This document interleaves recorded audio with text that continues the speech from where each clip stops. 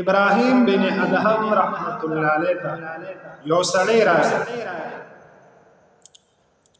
ورته وی قربان ګنام را نکی یو طرف ته ګناه کو او بل طرف ته د الله جل جلاله د قهر او د عذاب نه ویریږم قربان داسې طریقه راته وښایه چې ګنام کوم او د الله تعالی د عذاب نه بچ شم نو فکر هو دا و چې ابراهیم بن ادهم رحمت الله علیه دې شړلې وي چې عجیب خبره ده ګناه دم کې او دا خبرم کې چې د الله تعالی د عذاب نه بچ شم خو ابراهیم بن ادهم رحمت الله علیه ډیر په محبت سره او په نرمۍ سره جواب ورکړ وې د ګناه نه وې طریقه درته خیمه خو یو څو خبره درته کوم دا په خپل عمل کې راولي نو بیا خیر دې که تو ګناه کې وې قربان څه خبرې دي ابراهیم بن ادهم رحمت الله علیه ورته شپږ خبرې وکړي یو خبره ورته دا وکړه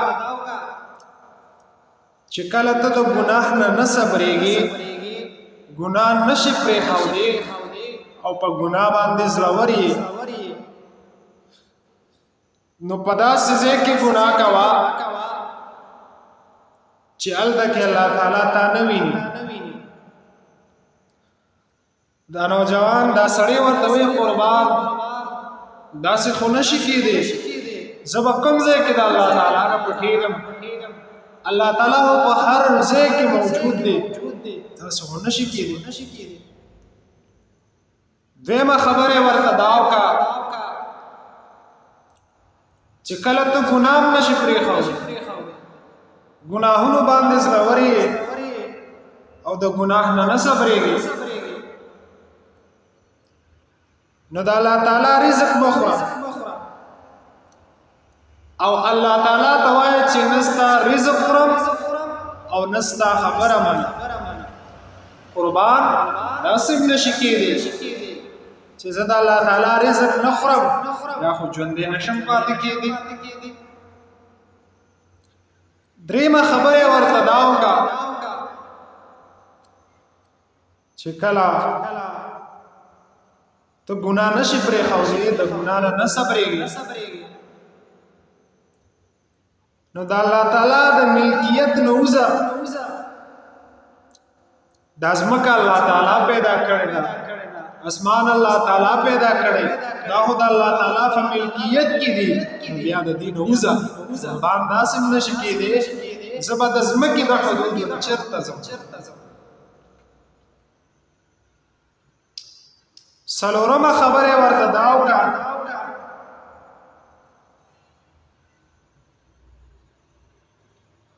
چې کله ستا د مرګ وخت پوره شي او تا ته د مرګ فرښته راشي ملک الموت راشي اسرائیل علیه السلام راشي او ستا روح قبض کوي نو ورته وایه چې لږ انتظار وکړه چې زه نیک اعمال وکړم او توبه وباسم نو د هغې نه پس بیا زما وکړه قربان داسې نشي کېدی هغه خو فرښته ده او د الله تعالی په حکم سره راغلې ده ځکه الله تعالی قرآن کې فرمایي اذا جاء اجلهم لا يستأخرون ساعة ولا يستقدمون کله چې د انسان د مرګ وخت راشي بیا نه یو سکند مخکې او نه یو سکند وروسته کېدی شي د هر یو انسان لپاره د مرګ وخت چې دی دا مقرر دی نیټه مقرر ده چې نیټه پوره شي بیا نه یو سکند مخکې کېدی شي او نه وروسته کېدی شي قربان داسې نشي کېدی دا خو د الله تعالی فیصله ده هر انسان لپاره وخت مقرر کړی دی نیټه مقرر کړې ده د الله تعالی فیصله کې اوس څه نشي ویل پنځمه خبره ورته دا وکړه چې کله ته وفات شي او تا په قبر کې کیدی تا ته نکیرین راشي فرښتې راشي او تا نه قبر کې تپوس کوي مر ربک ستا رب څوک دی ما دینک ستا دین څه دی ومن نبیک ستا نبی څوک دی نو د جواب ورکولو نه مخکې ورته دا ووایه چې تاسو د چا نه اجازه غوښته چې تاسو راغلی بی اجازت څنګه دلته کې راغی قربان داسې نشي کېدی د الله تعالی فرښتې دي الله تعالی د فرښتو په مخ کې زما څه حیثیت دی شپږمه خبره ورته دا وکړه چې ته ګناه نشي پرېښودی او ګناه باندې زړور یې د ګناهونو نه نه صبرېږي نو چې کله د قیامت ورځ شي او ستا د اعمالو حساب وکړي شي ستا ګناهونه ډېر وي الله تعالی فرښتو ته حکم وکړي چې دا کس جهنم ته بوځي او پړمخې جهنم ته ګزار کې نو په دغه ټیم کې ته خپلې خپې ټینګې کا مضبوطې کا فرښتو ته وایه چې د تاسو سره نظم تاسو دا نشي کولی وایي قربان دا سیم نشي کېدی خو د الله تعالی فرښتې دي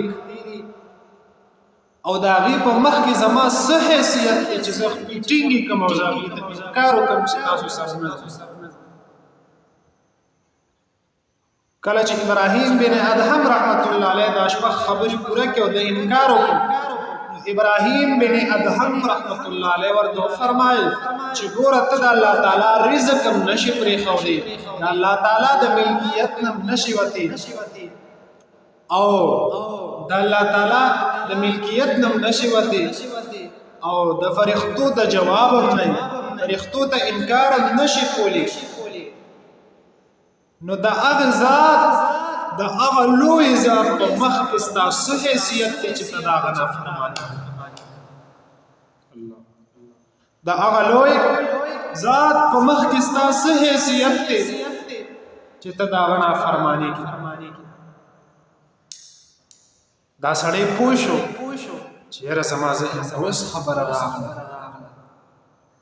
نو په هغه کټیم باندې موخ کا چې آینده دپاره به زه ګناه آینده دپاره به زه ګناه نه په هغه کټیم باندې توبه غرض دا زما ورونو چې کله انسان ته د ګناه موقع په لاس باندې ورغله او دی په دغه کټیم کې ذهن ته دا خبره راولي چې ګوره زه الله تعالی پیدا کړی یم الله تعالی ماته بې شمېره نعمتونه راکړي دي ما باندې بې شمېره انعامات کړي دي نو شاید